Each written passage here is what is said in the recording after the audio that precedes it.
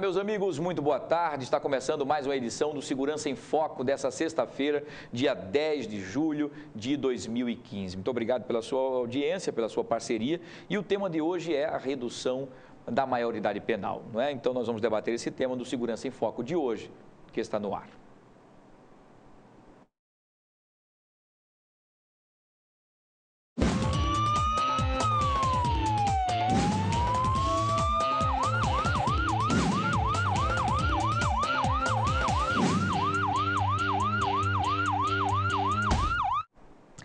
Pois é, nossos queridos amigos telespectadores da TV Mar, Canal 25, das organizações Arnon de Melo, o tema de hoje nós vamos debater a redução da maioridade penal, a possível redução que possa acontecer e que se enverga para que aconteça, inclusive nas discussões no parlamento. Enfim, nós tínhamos hoje uma convidada promotora para debater junto com os nossos convidados, mas nós, infelizmente, a gente percebe que na sexta-feira muitos afazeres, muitos atributos, enfim, acabam atrasando, inclusive, as pessoas. Infelizmente, não pôde vir, vamos marcar para uma outra oportunidade. A gente entende que o programa é ao vivo, né? Infelizmente, as atribuições, às vezes, os compromissos acabam atropelando, muitas vezes, os horários, né? Enfim, mas aqui estamos, inclusive, com os nossos dois convidados, já que o nosso querido advogado, doutor Leonardo de Moraes, está chegando, inclusive, preso no trânsito, aí, já por conta dessas ações que aconteceram, ele acabou preso no trânsito, né?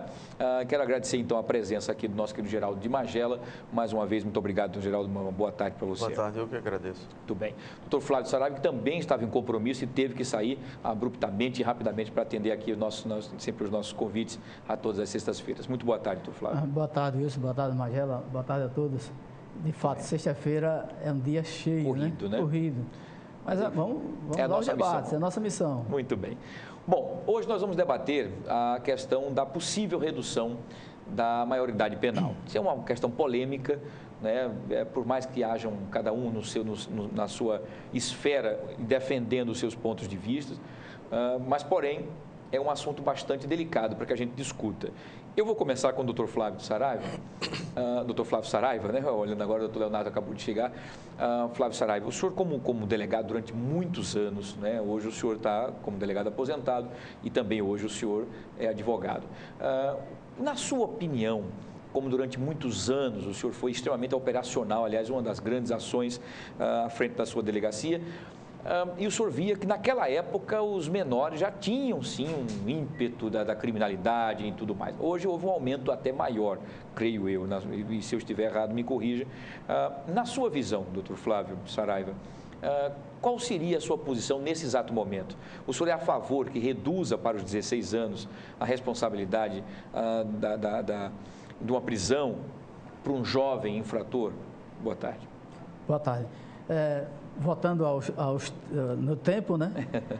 Nós, na Polícia Civil, tinha um ícone na tratativa do menor, que era a doutora Aureni Santos Moreno. É verdade. Então, aquele nome... Saudosa, doutora Aureni, né? Saudosa. Uma pessoa espetacular. Era mãe da Polícia Civil.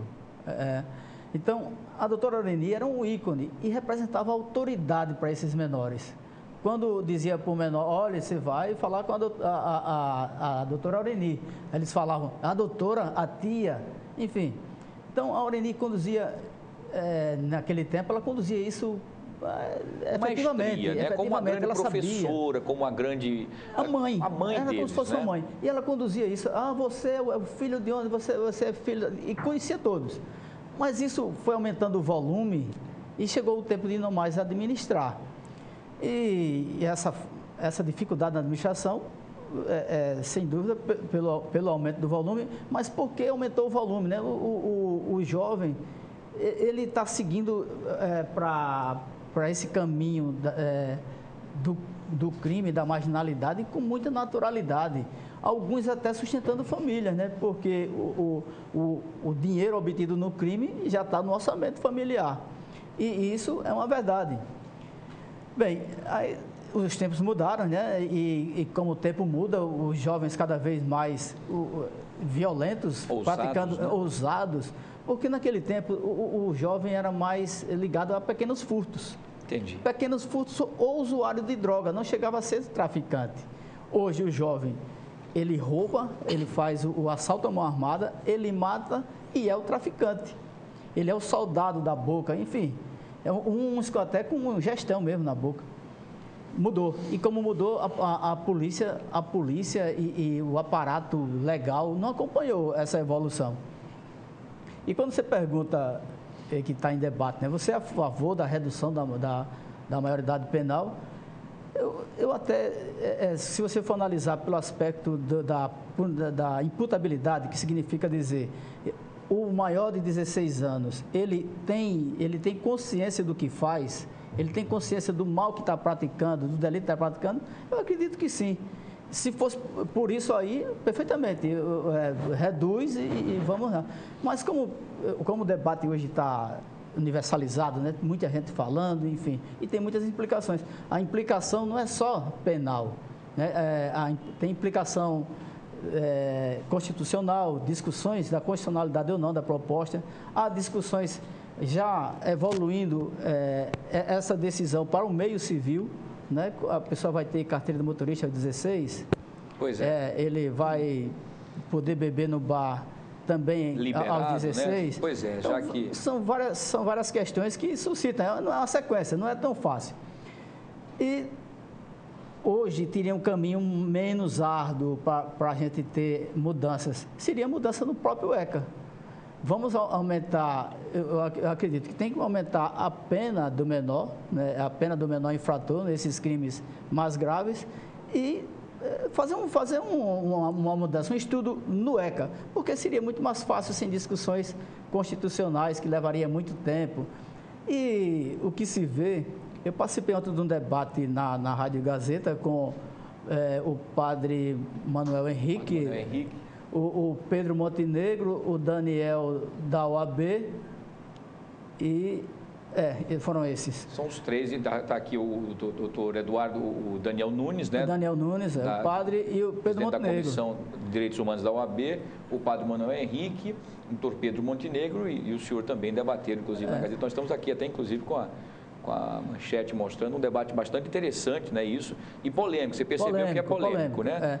E a gente, você vê, três operadores do direito e um padre, mas quando chega no final, a gente expressando nossas opiniões, a gente tem muito consenso, a gente cruza as ideias. E por isso eu advogo que o debate seja muito mais elevado, né? Vamos debater muito mais. Doutor Flávio, todos foram favoráveis à redução? Não. A Igreja Católica é contra. É contra. O doutor Daniel também é contra. A OAB é contra. A OAB, instituição, é contra. O Pedro Montenegro é contra. E a minha opinião pela mudança no ECA, que seria muito mais fácil, apertar um pouco a punição. E eles concordam com isso também nessa proposta. Enfim, foi um debate bom, e o Pedro Montenegro, ele suscitou uma questão que eu não tinha despertado para isso.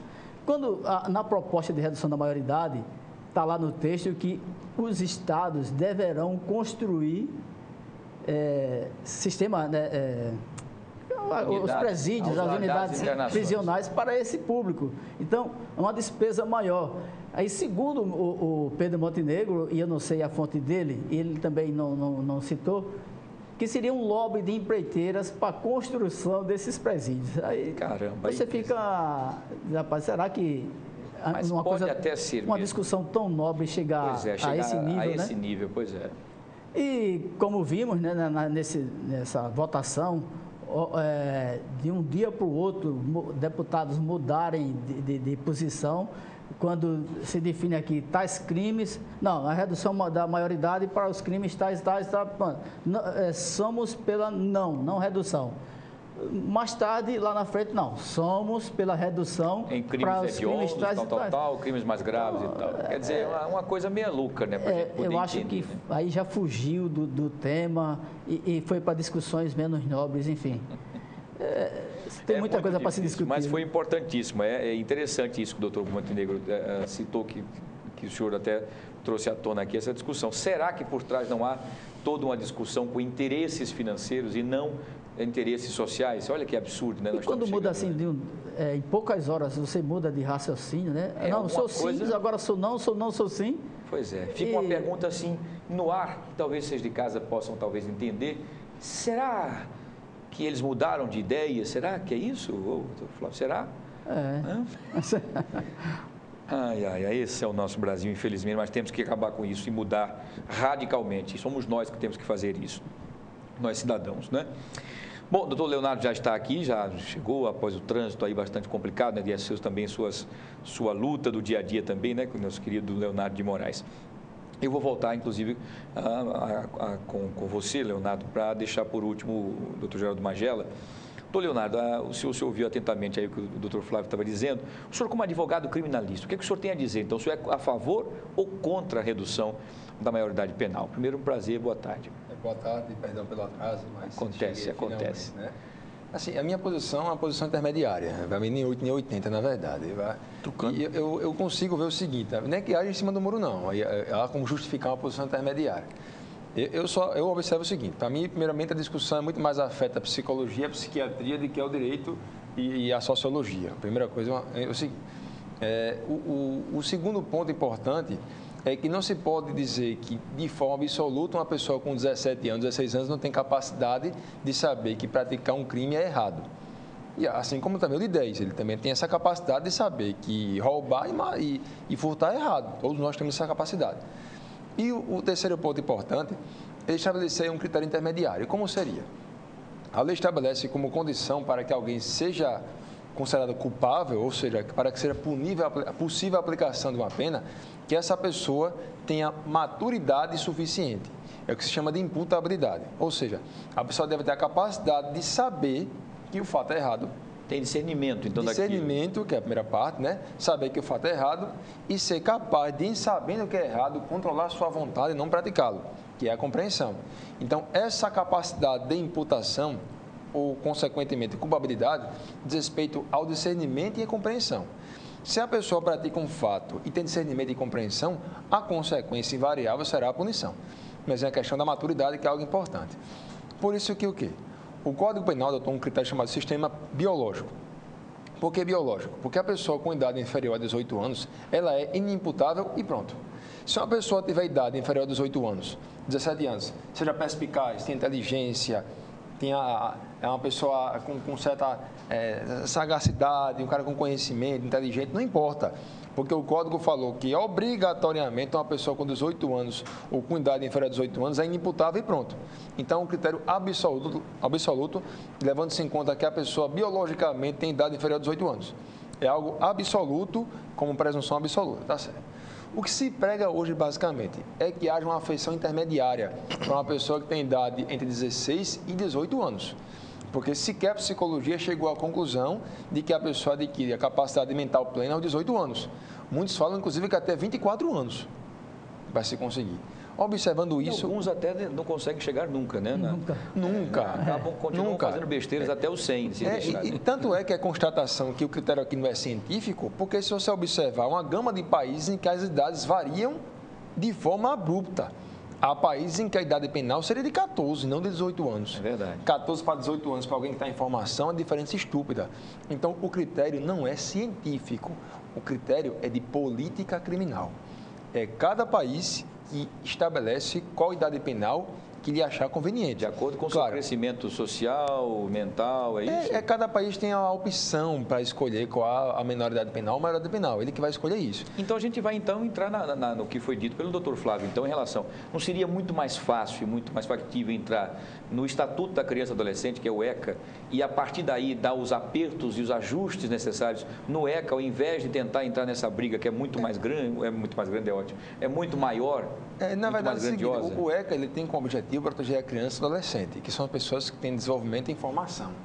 Eu não sei se a melhor opção seria modificar o ECA ou seria modificar o próprio Código Penal, bem como a Constituição. O que eu penso é um critério não biológico, levando-se em conta a idade da pessoa, mas sim um critério biopsicológico. Na sua opinião, então, entendi, perfeito, o senhor deu uma aula aí fantástica para a gente entender e foi ótimo. Tá? É importante a gente ouvir o que disse, deu uma opção, que foi a questão do Estatuto da Criança e Adolescente, que eu acho que é importante que ele passe por uma revisão, porque ele foi feito com uma excelente e maravilhosa intenção, mas os tempos mudaram e ele foi ficando um pouco retrógrado. Foi feito para a Suíça, né? Não é? Exato assim, logicamente, na teoria as nossas leis são uma das melhores do mundo, mas na teoria, na prática a coisa não funciona assim. Na sua opinião, e como advogado criminalista, o senhor concordaria que teria condições, por exemplo, defender o menor, hoje menor, se por acaso passar a lei da maioridade penal, ele será colocado como se fosse o maior, 16 anos. Ele teria condições numa defesa, por exemplo, o senhor explicar que ele, mesmo tendo toda essa questão de informações que hoje se tem num tablet, num telefone, na vida, no dia a dia, enfim, que ele fez ou cometeu aquele delito por pura inocência?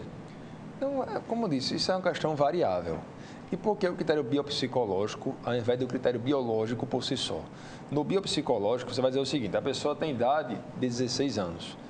E nesse aspecto psicológico, havia uma comissão multidisciplinar para saber se aquela pessoa com essa idade intermediária teria capacidade de imputação, se havia discernimento e compreensão. Ou seja, nem você estabelecia como critério absoluto que uma pessoa com 16 e 17 anos e quase 18 anos teria capacidade. Através de um critério biopsicológico, por uma comissão formada por psicólogos, assistentes sociais, psiquiatras, você conseguiria saber efetivamente se aquela pessoa tinha discernimento e compreensão. Esse projeto, ou outro projeto aprovado recentemente, não foi é algo absurdo. Porque é algo que ele fala o seguinte, que o menor de 16 anos é capaz para alguns crimes como crimes hediondos. Exato. São os crimes hediondos são os crimes mais bárbaros, por consequência, são os crimes mais complexos. Se você é maior para os crimes mais complexos, como é que você pode ser menor para o crime menos complexo? Como é que você consegue? Há uma inversão. Como é que você consegue ser maior para cometer um crime hediondo e consegue ser menor para um pequeno furto?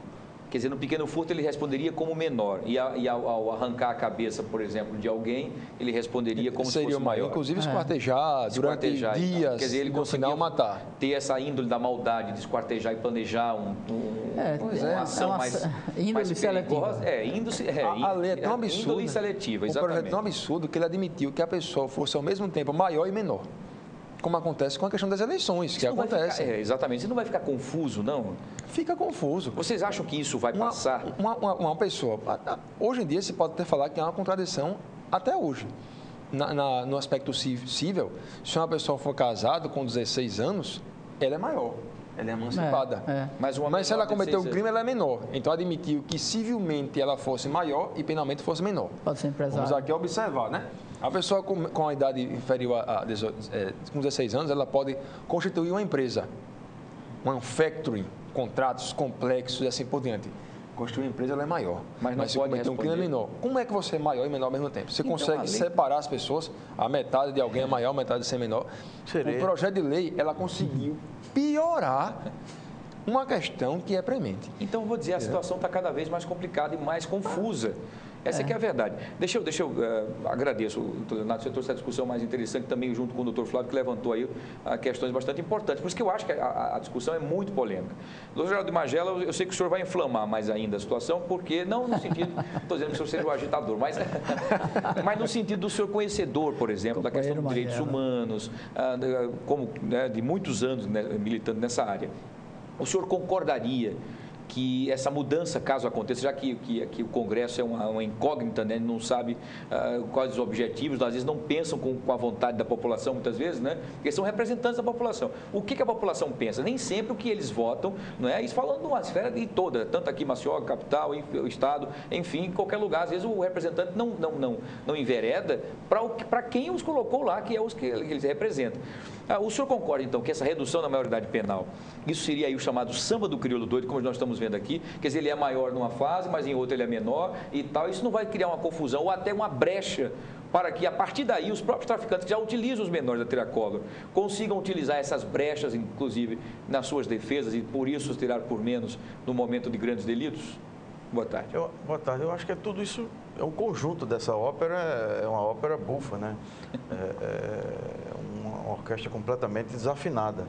O ECA, ele não é uma lei, nem é uma lei para a Suíça, é uma lei brasileira, é uma lei que tem cumprido a sua função. Quem não tem cumprido a função não foi o legislador que criou o ECA. e que aprovou na Câmara Federal, no Senado, etc. Quem não cumpre o ECA é, por exemplo, o Estado de Alagoas, o Estado de Pernambuco. São as unidades federadas do Brasil que não cumprem, o Executivo é que não cumpre. Nenhuma. Então, na hora que eu pego as estatísticas, que são as estatísticas do IPEA, que é o Instituto de Pesquisa Econômica Aplicada, e qualquer um dos nossos telespectadores pode acessar agora no Google e pegar, por exemplo, a nota técnica número 20 do IPEA de junho de 2015, que são esses dados que eu vou ler agora. Nós vamos encontrar a pesquisa nos dados de todas da Fundação Casa, das unidades de internamento aqui de Maceió, do Brasil inteiro e das cidades que tem em todas as unidades da federação. Nós vamos encontrar que lá, quem está preso é o menor infrator negro, do sexo masculino, de 16 a 18 anos, que não frequenta a escola, é a grande maioria, que não frequenta a escola, ou pelo menos não frequentava na época que cometeu os delitos, que vive numa situação de miséria. Esse é o perfil da grande maioria que está lá. Da maioria não, de todos que estão lá, quando foi feita a pesquisa. E a pesquisa é recente, né? Junho. Então, 95% são do sexo masculino, 66% vivem em famílias extremamente pobres, 60% são negros, 60% têm de 16 a 18 anos, 51% não frequentavam a escola na época do delito. As principais infrações cometidas pelos menores são roubo e tráfico de drogas. Menos de 10% desse contingente que está apreendido. 10% cometeram homicídios ou latrocínio, que é o roubo seguido de morte. Então, você tem as infrações distribuídas. Né? 40% dessas adolescentes, crianças e adolescentes, eles respondem por roubo, 23% por tráfico de drogas, 8,75% por homicídio, ou seja, o homicídio é 8%, menos de 9%, 8,5%. 5,6% ameaça de morte, 3% tentativa de homicídio, 3,4% de furto, 2,3% por porte de armas, 1,9% latrocínio e 1,1% estupro.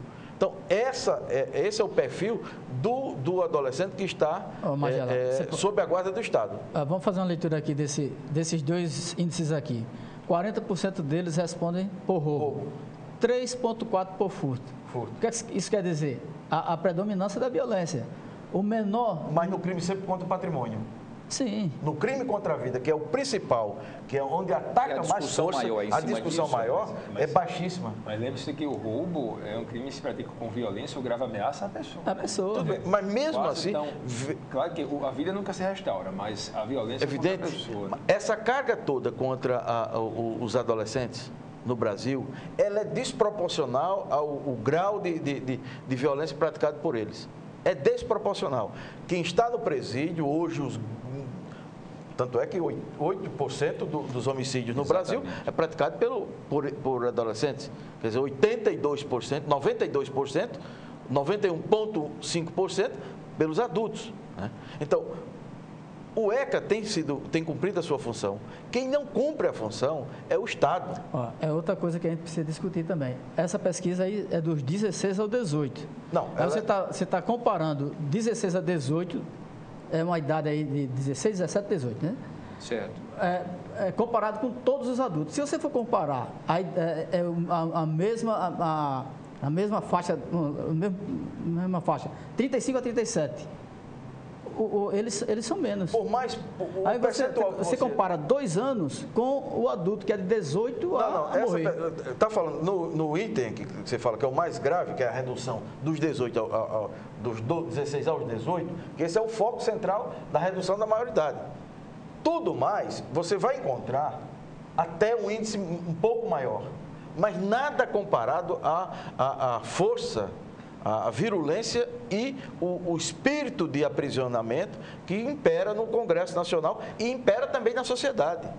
O Congresso, ele é um espelho da sociedade, que a sociedade quer vingança, ela não quer justiça. Entendi. Porque já que você não tem Estado para fazer exatamente o que preconiza a legislação... que é a forca, a guilhotina... É a barbárie, porque nós estamos vivendo uma situação de barbárie. Porque quando nós vamos para os dados concretos, os dados concretos, na segurança pública em Alagoas, por exemplo, de 2009 a 2013, 75 milhões foi os gastos da Secretaria de Defesa Social, da Segurança Pública, Transparência Alagoas.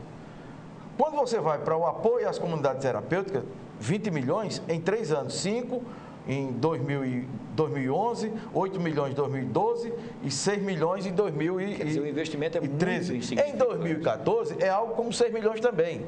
Então, isso vai para 6 milhões, quase 7 milhões, 26 a 27 milhões de reais nas comunidades terapêuticas. Quando você vai para o item construção de unidades de medida socioeducativa, é 771 mil reais.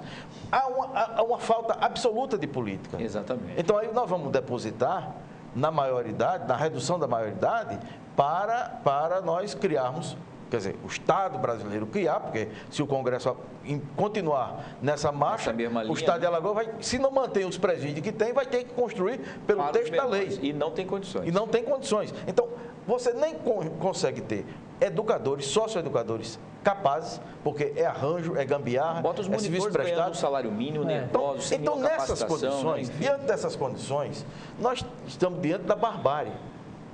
Porque você está fazendo o populismo da pior espécie.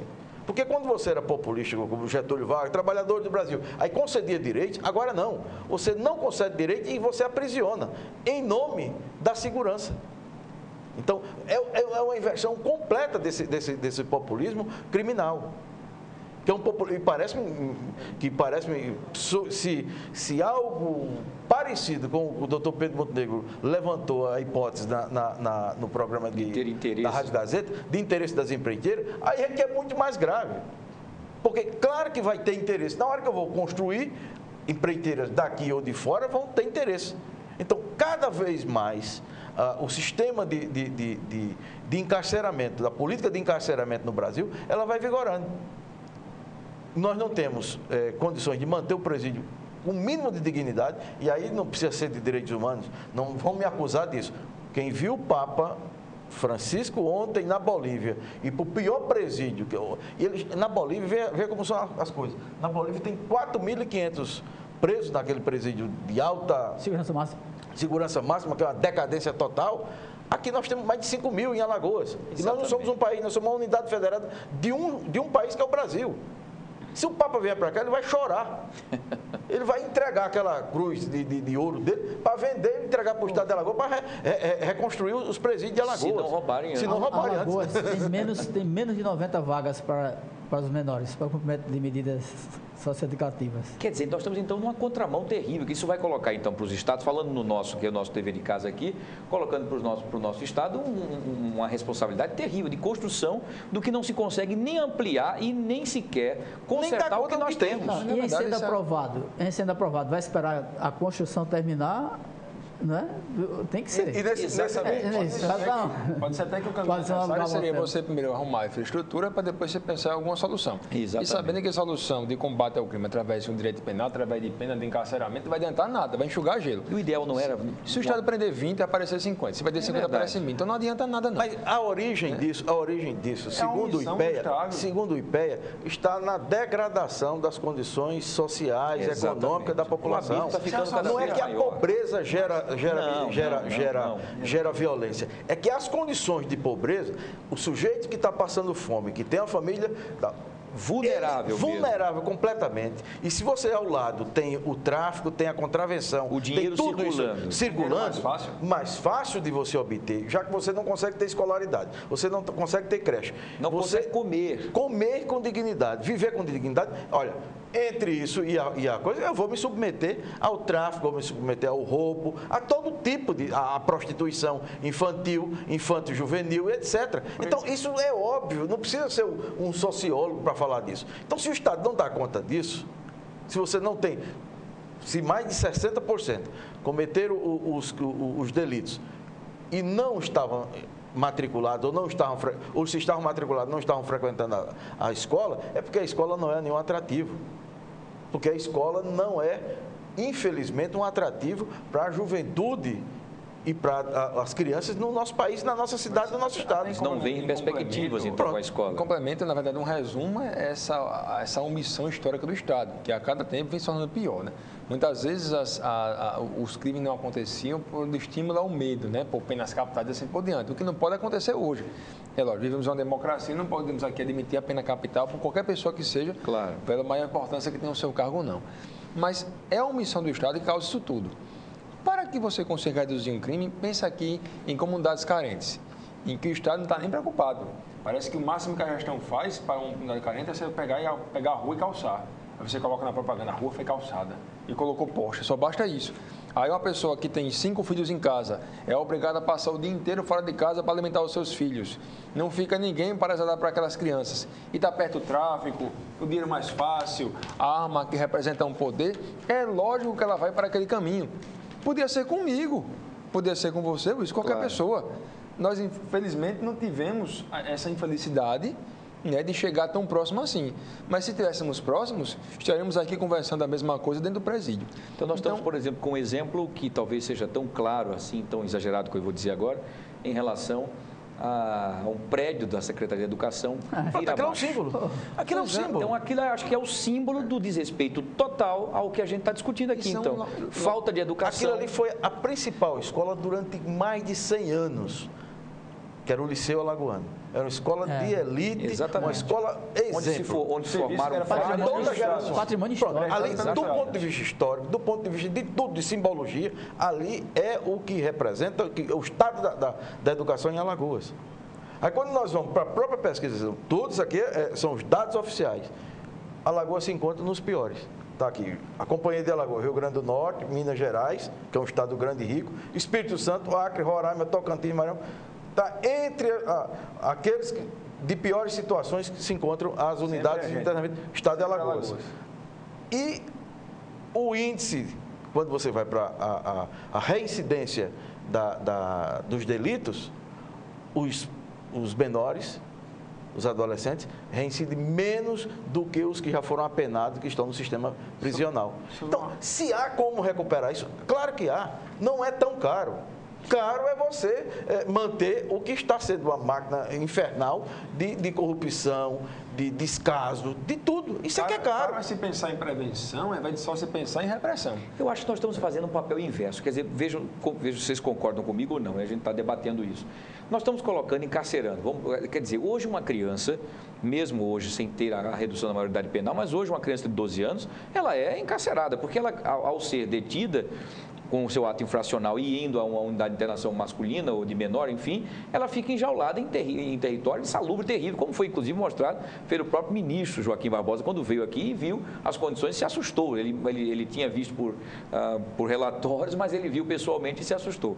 Então, quer dizer, nós estamos tentando fazer o seguinte: reduzir a maioridade penal. Tudo bem, é uma intenção talvez de mostrar mais força, mais punição, digamos assim. Mas, em compensação, nós estamos criando monstros. Nós estamos pegando esses menores, colocando nas unidades de internações totalmente insalubres e terrivelmente não tem condições nem de socializar, nem de ressocializar e muito menos de nada, né? No sistema prisional também pior ainda. Então, nós estamos criando os Frankensteins, os zumbis e os monstros para cada vez mais piorarem ali dentro, uma máquina de piorar a situação, e depois nós vamos liberá-los para que eles voltem a nos atacar pior ainda. É isso? Exatamente isso. O resultado está aqui. Se investe 16 milhões em clínicas terapêuticas, 26 milhões. 26 milhões. Que o Estado não tem nenhuma gestão sobre isso, né? Zero. Não tem, isso é terceirizado. E você investe R$771 mil nas reformas e construções das unidades. E certamente não é reforma, é remendo. Remendo. É remendo. Claro, porque uma obra, vamos tapar um buraco. Exatamente, doutor Flávio. Uma obra, por exemplo, R$700, se fosse numa casa da gente ou qualquer outro local, seria uma obra faraônica imensa. Mas parece que as coisas no Estado, para colocar uma pá de cimento, custa R$300, R$400. Então é tudo superfaturado, tudo exagerado. Bem, só, todos nós aqui chegamos à conclusão, né? A gente tem já essa definição de que a cadeia não ressocializa ninguém pelos motivos tais e tais. Mas você não vê nenhuma mudança significativa, e eu trabalho nisso há 30 anos, você não vê uma mudança significativa na gestão penitenciária. Exatamente. Não há novidades. A novidade tem, né? O crime organizado entrou lá nesse vácuo do Estado e organizou. E domina. Essa é a grande novidade. Aí você vê, né, qual o investimento que tem num dos grandes problemas do Estado hoje. Aí 771 mil. Para comunidades terapêuticas que a gente não sabe índice de recuperação, não sabemos a recidiva desse pessoal, não temos esse acompanhamento. Exatamente. Assim, não há transparência, eu não conheço. Nenhuma transparência. Eu não conheço E ainda é entregue politicamente. Exatamente. Aí você vê o porquê disso, né? A gente sabe que precisa de uma medida punitiva, né? Sim, lógico. Isso até para dar um temor, para que a pessoa pense mais 3 vezes. Eu não quero voltar para ali, mas lá, uma punição para esse pessoal seria estudar, trabalhar. Isso, trabalhar e estudar. E ter um tempinho para ter... Vou fazer uma reflexão sobre a minha vida, né? Mas não há essa possibilidade. A antiga cidade de Menores, eu ia jogar bola lá.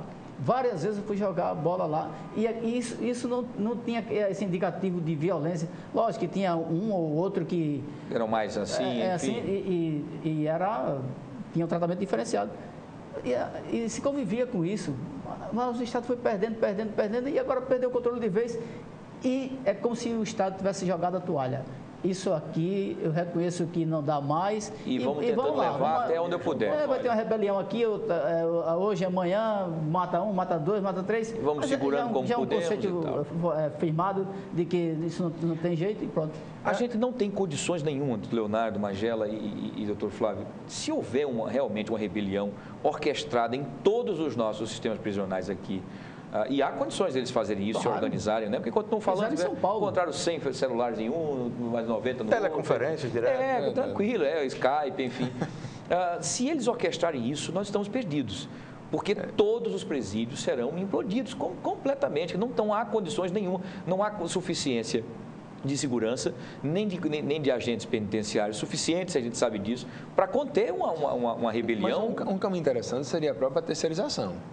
Mas isso talvez não levasse à corrupção, mas aí existe o Ministério Público, existem órgãos de fiscalização. Por isso que eu sempre falo que o Ministério Público vai cuidar disso exatamente? Um só promotor? Não, promotor não pode ser uma comissão. Pode ser uma comissão. Claro que existem estados aí, aliás, municípios, que sequer promotor existe. O promotor vai uma vez por semana porque acumula várias cidades. O número que é insuficiente. Já houveram algumas discussões em relação àquele, o presídio do Agreste, que tem uma única vantagem, mas não é porque foi implantado, é porque o sinal não pega de celular lá. Então, ainda essa é a vantagem, Há um valor que cada preso paga ao Estado, que, salvo engano, é 4 mil e poucos reais por mês. É muito dinheiro que se paga ao Estado. O contrato diz que tem que se manter a lotação no limite esgotado. Quer dizer, olha só, então para eles... pode ser um acordo espuro, aí não existe. Porque é uma coisa absurda, porque na verdade o empresário tem que ganhar dinheiro, então ele não vai querer nunca o presídio vazio. Para que socializar? Ele vai querer continuar mantendo os bandidos. Isso é através de um contrato que pode dizer um percentual mínimo. Claro, você vai resguardar o interesse do empresário que investiu, é lógico, é legítimo. Não, mas o investimento foi do Estado. E também do Estado. A PPP é do Estado. Explora? Sim, para explorar, mas a construção foi do Estado. Sim, a parceria, se fizer comigo, eu administro o presídio. Terceiriza a gestão. Eu administro por 2.500. Me entrega o presídio em condições, em um ano ganha selo. Que bom, olha aí. 2.500 é 2 milhões ou 2.500 reais por preso, lá é 4 mil. Pois é. Imagina a fortuna. Há essa questão que eu achei importante, claro, mas a privatização de presídios é um caminho que, na minha opinião, é um caminho sem volta. Por quê? Não, porque falta fiscalização. Então, a gente vai cobrar do Ministério Público que ela seja fiscalização efetiva. Temos um órgão para isso. Dizer que há um órgão que não fiscaliza é até demonstrar que vivemos uma desordem, nenhuma ordem. O MP fiscaliza com cada contrato que é mandado. Há uma equipe que pode ser feito isso, ele tem servidores suficientes para que isso realmente aconteça. Pode ser feito. O que não pode ser feito é jogar para o Estado. Porque o Estado sempre vai ser omisso. E o Estado não tem mais condições algumas. Até eu digo, nem em relação ao preso, mas até as próprias famílias que vão visitar os presos, quando chegam lá, vão chegar de 5, 6 da manhã para conseguir ver o preso de 2 da tarde. Até uma falta de respeito com a pessoa. Claro, lógico. Né? Num ambiente pesado, num ambiente difícil. Há uma discussão dessa... Quando você diz o Estado é o Executivo. Claro. O Ministério, eu falo do Estado, o Estado maiúsculo mesmo. Sim, o Estado maior. Bem maiúsculo, bem grandão. O Ministério Público é um ente estatal. E tem uma função fundamental a partir de 88 para cá. Então, na hora que você monta uma força-tarefa para... Expressão bonita, força-tarefa para isso, força-tarefa para isso. Quando não quer resolver nada, faz uma força-tarefa. Então, uma comissão permanente. Essa comissão permanente não é somente do grampo de monitoramento. Ela tem que ser de política. Tudo isso Então, mesmo. ela tem que ser de política na gestão. Então, não pode ser o tipo de coisa que você monta num canto, que é um local de excelência, tem conceito de segurança, é um conceito de excelência. E quando você entra dentro do presídio, lá é o puxadinho da pior qualidade. Então, há um descompasso entre os doutores que estão aqui e a peãozada que está aqui terceirizada da pior condição. Colocando a mão meio na massa. Na massa. Mas e aí você isso pode ser vencido com um acordo prévio e com um convênio. Não é só formal. Não é só formal. Não, mas o plano da realidade, claro. Não é só você jogar um projeto e acabou-se. Você joga um projeto, isso é feito discutindo com vários órgãos, uma comissão, um grupo multidisciplinar, com todas as áreas específicas, seja a psicologia, a psiquiatria, a sociologia, o Ministério Público, a polícia, curso profissionalizante, civil, todos os grupos, para que juntos nós vamos falar o seguinte, vai ser assim, eu fiscalizo se está sendo cumprido, o acordo é assim, assim, assado, essas são as etapas. Por que isso não pode ser feito? Porque não há política para isso, não há interesse para isso. Pronto. Isso, se houver um acordo, se houver uma fiscalização, o populismo continua imperando. E a imprensa é importante nisso, isso pode ser realizado. Mas há uma coisa chamada populismo. Quando eu invento uma questão dessa natureza, que vou fazer força-tarefa, vou fazer isso e aquilo, quem está na ponta está na pior condição. O soldado ganha 1.300 pau, o agente penitenciário ganha 1.000 e pouco, aí para ganhar 500 reais tem que fazer uma greve. Então, essas condições de sucateamento, você não pode ter excelência num canto e sucateado no outro. Não vai ter essa linha, esse fio condutor, não vai conduzir absolutamente nada. A não ser a corrupção. A não ser a corrupção. Porque você está tratando. Não vai viver apenas do presídio. Eu estou dando uma. Nós estamos falando uma sugestão para uma solução para um segmento. Nós estamos falando das suas soluções próprias. Nós estamos falando do pior problema de Alagoas, que não é a crise econômica. A crise econômica você supera. A crise de segurança, não. A crise de segurança, porque você tem taxas de crescimento econômico alto e passam 10, 12 anos crescendo e aumentando as taxas de criminalidade. Então, para você resolver essa outra questão, ela não está totalmente separada da econômica, mas ela tem que ter uma política definida e não é uma política só repressiva. É uma política que vai envolver a educação, a cultura, a gestão da segurança, a gestão da... Estamos falando, portanto, da mesma língua. Da mesma língua. Só que por que não ser efetivo? É possível que em uma parceria público-privada, é possível que em uma privatização dos presídios, com fiscalização e com acordos prévios praticados por comissões multidisciplinares com cada área, é possível que isso seja superado. O que eu observo é o seguinte, deixar nas mãos do Estado é um suicídio, porque o Estado é omisso. E as pessoas que ocupam as pessoas que não, mas passa pelo Estado. O Estado, juntamente com a parceria privada, com a iniciativa privada, são os dois. Se deixar só para o Estado, não vai, porque muitas pessoas que ocupam alguns cargos específicos diz respeito ao seu coeficiente eleitoral. Mas a sociedade tem que saber. A sociedade tem que saber. Nós não estamos falando para nós mesmos. A sociedade tem que saber que não se resolve essa questão. Não, mas o problema não é só da imprensa. O parceiro é um parceiro como fiscalizador. A imprensa hoje é a mídia. Que isso é muito maior do que a imprensa. É a janela que o povo precisa saber. Você tem hoje da mídia eletrônica, é muito maior do que a imprensa em si. Mas quando nós estamos falando aqui, é como se nós estivéssemos falando só entre nós, para um conjunto de ETs que estão lá em Marte ou em Varginha, em Minas Gerais. O poder público, o Estado, os três entes do Estado, o Executivo, o Legislativo, o Judiciário e o Ministério Público, eles não se combinam para isso. E quando se combina como um grupo de elite. Isso pode ser superado. Então, como todo grupo de elite que tem cabeça de elite, quem está embaixo é para cumprir ordem. Quem está embaixo não ajuda a decidir uma política. E quem está lá embaixo é quem está executando e tem condições de decidir também. Qualquer proposta em relação à parceria público-privada é uma proposta inviável. Não, eu não sei se é inviável, eu só sei que ela tem que ser pensada. A que está aí não é. A que está aí não é. É viável. Então, a que está aí não é. E justamente isso que eu também combato. Eu falei em relação aos, pelo menos, presídios do Agreste. Até porque eu não sei. O local inadequado, fica no fim do mundo, as famílias não conseguem acesso ao preso. Mas eu não sei. O local, eu não sei o contrato, o valor médio do preso. Eu não sei quanto é que custa isso. Isso pode ser revisto. O Estado, temos órgãos para isso. Não, Leonardo. O Estado. É 4.300 a PPP na gestão. Permanecer a vida inteira. Não vamos observar o custo-benefício, não só a remuneração que pode ser paga para o empresário que investiu, o que administra, que está gastando dinheiro para isso, mas também o próprio interesse do preso, da família, da sociedade, o custo da recuperação do cara. Isso é importante também. Não, acho que isso é decisivo. É o formato da parceria aqui. Agora, as pessoas escolhidas são as pessoas erradas. Essa discussão. Só gestão. Não teve investimento na construção. A parceria feita na gestão. Existem outros dois tipos de parceria. tem que se discutir qual é a mais viável. Agora, eu acho, sabe, que a gente enfrenta é uma onda de pessimismo, né? Quando a gente imagina uma solução, isso não dá certo. Isso não dá certo, não, porque... mas então isso também não dá certo. Então, há um pessimismo, como se fosse todos nós jogássemos a toalha e dissesse, acabou, não toca fogo, não presta mais não, uma ambientação do fim do mundo, ou que já tem na ficção do Apocalipse, Mad Max. Por isso que um projeto é o Mad Max, é verdade. Importante, né?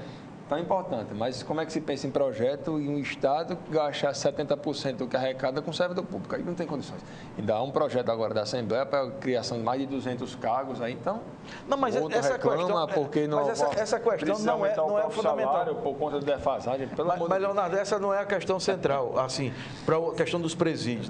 Trabalho 3 horas por dia e não peço ao Estado nada. Pois é. Só faço cobrar aquilo que na verdade, você teria que é uma condição mínima no pagar escola para o meu filho e pagar plano de saúde. Um advogado de elite como você, o Estado já investiu demais. Né? Na educação dele. Só deixar bem claro que eu sou formado em faculdade particular. Então, na situação que nós encontramos, nós falamos dos presídios, quando nós teríamos que estar falando das unidades de internamento. Exatamente. Veja como a gente acaba circulando. Entendeu? Porque sempre nós estamos lá. Mas, na verdade, que se houver a redução, eles irão fazer parte desse contexto terrível que já existe. O crime organizado já está lá também. Exatamente. Lá é o pré-vestibular. Isso, pré-vestibular. É verdade, bem lembrado, doutor Flávio, algumas facções, olha, a expressão é essa mesmo, tá? Por mais que se deem proteja e tal, era muito interessante que nós tivéssemos aqui a promotora para discutir sobre isso, que é importante. Vamos trazer essa discussão com mais 2 convidados, mais 3 convidados, enfim, e vocês 3, para a gente ouvir, entendeu? Pode ser o doutor, o juiz doutor Ney Alcântara, a promotora Alessandra Burley, não é? Enfim, que a gente consiga discutir, porque eles estão na ponta do contato direto com o menor. E a última entrevista que eu tive com ela aqui, e ela foi sabatinadíssima, inclusive os telefones congestionaram, foi uma loucura aqui as ligações, e ela sentiu a pressão, mas eu disse assim, promotora, eu tenho que repassar as perguntas e tal. Ela disse, não há problema nenhum, pode me questionar. Eu fico à vontade, estou tranquilíssimo para responder, porque eu estou na última ponta. Aquele que o doutor Major está na última, ela está sabendo o que está acontecendo ali dentro, o que acontece. Ela sabe, por exemplo, ela deu exemplos de alguns jovens que conseguiram passar por tudo isso, que deve ser um vitoriosíssimo, né? É um herói dos heróis, porque ele tem que passar primeiro pela questão da vulnerabilidade dele, depois pela questão da ressocialização que não existe, e depois da força de vontade dele e as oportunidades que não existem no Estado, e conseguir tudo isso para conseguir hoje ter um emprego e construir uma família e tocar a vida para frente. Vejam a quantidade de degraus terríveis que um jovem precisa ser submetido para tentar dizer que é alguma coisa. Olha só. Se pegar o modelo matemático, esse cara está no 0,01, não é? Quer dizer, uma coisa, infelizmente, bastante difícil. Então, vamos discutir. Acho que a discussão hoje foi muito interessante. Acho importante quando vocês debatem, não é? Infelizmente, o diretor está dizendo que o nosso tempo acabou, né, diretor? Que a discussão está tão boa que a gente ia ficar aqui até às 9 da noite, mas enfim. Bom, eu quero agradecer mais uma vez a todos vocês. Rapidamente, as suas considerações finais, doutor Leonardo de Moraes, muito obrigado pela sua participação mais uma vez. Obrigado pela oportunidade e acho que já ficou suficientemente esclarecido quem é o culpado disso tudo, né? E os aspectos do nosso legislador que transforma, que cria um monstro jurídico de alguém que é ao mesmo tempo maior e menor. Mas, rapidamente, a sua opinião, você é contra ou a favor da redução da maioridade penal? Eu sou a favor de um critério biopsicológico entre 16 e 18 anos. Uma pessoa nessa faixa de idade deve ser submetida a uma comissão multidisciplinar para aferir se a pessoa com essa idade efetivamente tinha discernimento e compreensão. Se não tiver, menor. Se tiver, maior. Ok. Doutor Geraldo Magela está olhando ali para o doutor Leonardo. Doutor Geraldo Magela. Ele tem argumentos fantásticos. É um advogado brilhante, né? É isso. Nós estamos brincando, logicamente, mas o assunto é sério. Mas, doutor Geraldo Magela, a sua opinião, então, e os seus esclarecimentos? Sou contra a redução e sou a favor dessa proposta do senador José Serra, que é de aumentar no ECA de 3 para 8 anos a pena o ato infracional. O ato infracional. Muito bem. O doutor Flávio já balançou a cabeça, até porque você citou no começo já a mudança no próprio ECA. Então, a redução da maioridade penal já virou uma queda de braço política, é disputa de poder e me parece que isso não é o tema central lá. É lá a disputa de poder. E se quisesse uma via mais rápida e com possível solução, melhor solução, seria a mudança no ECA, como proposto. Eu acho que todos concordam com isso, mas é um caminho tão fácil que não querem. Preferem um difícil. Muito bem, muito bom. Olha, vamos tentar trazer então depois alguém que possa discutir sobre o ECA, se há condições de mudá-lo, como mudá-lo, se talvez seja mais fácil ou não. Vamos trazer então na próxima semana, quem sabe a gente possa no próximo programa trazer alguém que a gente possa convidar. Peço até que os colegas que tiverem, alguém que possa discutir sobre isso, que venha para cá para debater com a gente sobre isso, que acho que o tema é bastante recorrente, enquanto a discussão continua bastante latente lá na Câmara Federal, né? Gente, olha, muito obrigado a todos vocês pela participação. Obrigado você também, telespectador, que ficou conosco até agora. E a gente volta a se encontrar na próxima sexta-feira, a partir das 15h30, aqui pela sua TV Mar, canal 25, das organizações Arnon de Melo da NET, tá bom? Obrigado a você e a gente se encontra e até lá.